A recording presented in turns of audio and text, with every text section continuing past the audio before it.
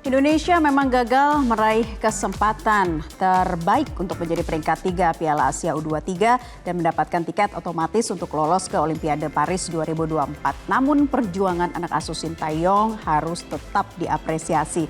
Kita akan berbincang dengan pengamat sepak bola Anton Sanjoyo serta Ketua Badan Timnas Indonesia Pak Sumarji mengenai perjuangan tim Garuda Muda. Sudah bergabung bersama kami melalui sambungan virtual. Selamat sore Bung Joy dan juga Pak Sumarji. Ya, selamat siang. Iya, baik.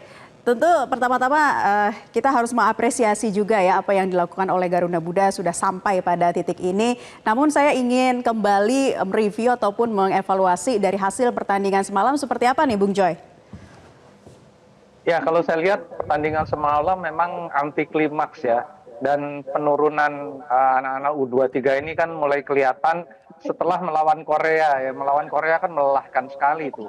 Bahkan kalau main bersihnya tuh ada 140 menit ya.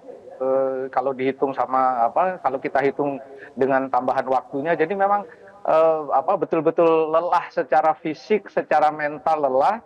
Kemudian menghadapi Uzbekistan yang terdominasi, betul-betul hanya barangkali pegang bola mungkin hanya sekitar 40%, itu sangat melelahkan, sangat-sangat melelahkan. Dan bertahan sampai habis, sampai dengan titik darah penghabisan itu luar biasa juga sih. Meskipun harus kalah ya melawan Uzbekistan, tapi Uzbek kan memang levelnya sedikit di atas Indonesia lah dalam hal ini. Tapi secara umum memang penampilan tim U23 ini buat saya sih sangat membanggakan, dalam arti begini. Ini kan pemain naturalisasinya juga nggak terlalu banyak, cuma 4 orang. Dan mereka adalah pemain-pemain kunci gitu loh.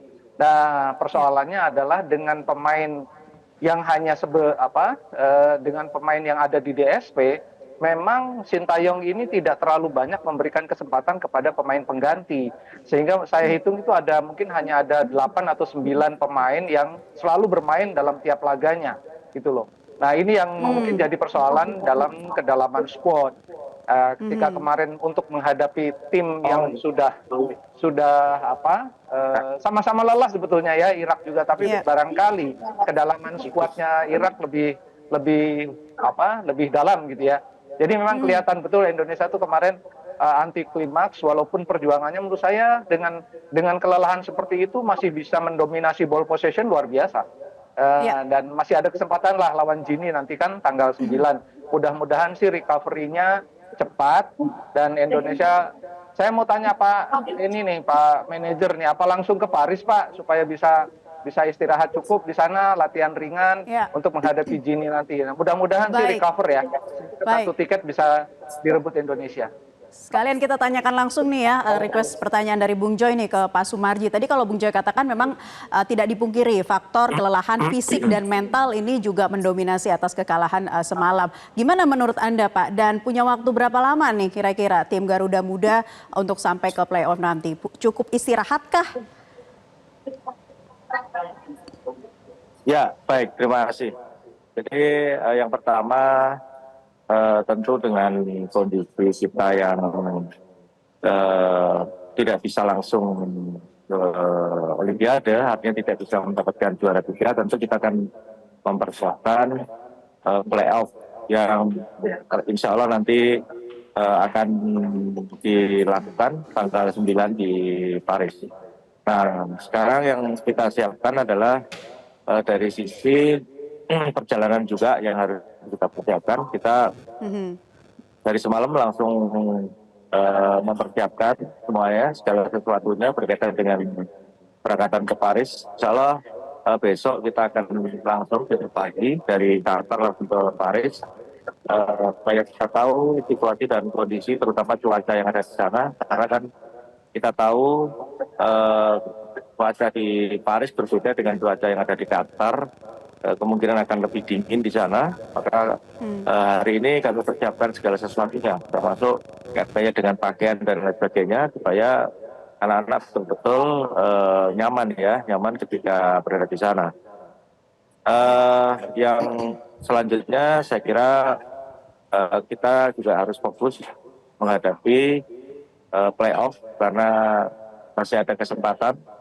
Berkaitan dengan ini yang harus betul-betul kita siapkan adalah bagaimana mengembalikan mental para pemain agar supaya para pemain itu betul-betul mentalnya terangkat kembali.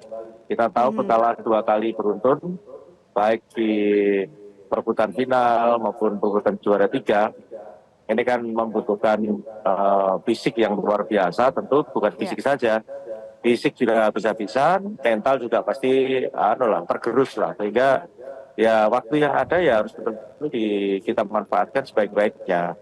Jangan sampai kita tidak maksimal mengelola hati para pemain, sehingga para pemain juga tidak segera mentalnya terangkat. Saya kira itu. Baik, Pak Sumarji, kita kembali ke Bung Joy. Bung Joy, kalau misalnya kita lihat jika tidak adanya faktor kelelahan gitu ya, artinya imbang, ini bagaimana Anda melihat seperti pola-pola permainan yang diterapkan begitu ya dengan skuad pemain dari masing-masingnya. Bahkan kemarin saja sebetulnya dari penguasaan bola kita tidak terlalu jauh ya, Bung? Ya, kalau dari cara bermain tim Sintayong ini kan memang mereka ofensif banget ya. 3-4-2-1 atau 3-4-3 itu kan formasi yang sangat ofensif. Lebih ofensif dari 4-3-3, formasi ofensif pertama yang digabungkan dengan 4-4-2 sebetulnya. Cuma memang dengan kondisi seperti itu pun, dengan kelelahan pun masih bisa mendominasi ball possession kan. Nggak terlalu jauh sih 52-48 kalau di catatan statistiknya ya. Tapi kan serangan-serangan yang dibangun Indonesia itu lebih banyak di perimeternya Irak. Sayangnya memang dalam penyelesaian akhir sudah masuk ke sepertiga akhir itu banyak salah passing, banyak tendangan yang melenceng gitu ya. Itu faktor kelelahan itu kelihatan betul ya. Yang biasanya ya kalau meleset tuh meleset tipis-tipis saja gitu. Kemarin melesetnya tuh banyak. Ada satu yang kena sundulan lawan sih, itu kalau nggak disundul tuh masuk gitu. Tapi secara umum sih memang kelihatan benar ya, dengan kelelahan seperti itu menghadapi Irak yang lebih, kan Irak itu main dengan pola 4-2-3-1 lebih balance. Artinya ketika mereka mendapatkan serangan Indonesia itu mereka lebih siap dengan 5 gelandang 4 back gitu loh. Indonesia ini kan gol kedua itu hasil long pass yang tidak bisa diantisipasi oleh pemain terakhir Indonesia. Itu juga karena faktor kelelahan. Kalau nggak lelah itu bola tidak terlalu sulit sebetulnya. Tapi ya harus dimaklumi karena Anda bayangkan bermain 6 pertandingan dalam kurang lebih 2 minggu, luar biasa capeknya itu. Dan itu bahkan atlet paling elit sekalipun pasti akan kecapean dengan situasi seperti itu. Jadi kalau saya sih lihatnya itu hal yang normal aja lah gitu ya. Apalagi mereka kan masih muda, masih akan berkembang di kemudian hari dan tidak boleh putus asa karena ya Gini ini kan memang tim dari Afrika ya, khas Afrika itu fisiknya kuat. Mudah-mudahan sih Indonesia bisa recover, sudah berada di Paris dalam hari-hari ini, bisa aklimatisasi, memulihkan kondisi fisik dan mental, dan siap bertanding nanti untuk 1 tiket lagi nih ke Paris 2024. Baik, Bung Joy, sebelum kita membedah nanti seperti apa sih kekuatan tim lawan untuk berebutan 1 tiket terakhir nanti, kita kembali ke Pak Sumarji. Tadi kan Anda sudah katakan ya faktor kelelahan, mental. Nah, kemudian apa yang harus dilakukan sesegera mungkin untuk membenahi mental para pemain? Ya, kembali lagi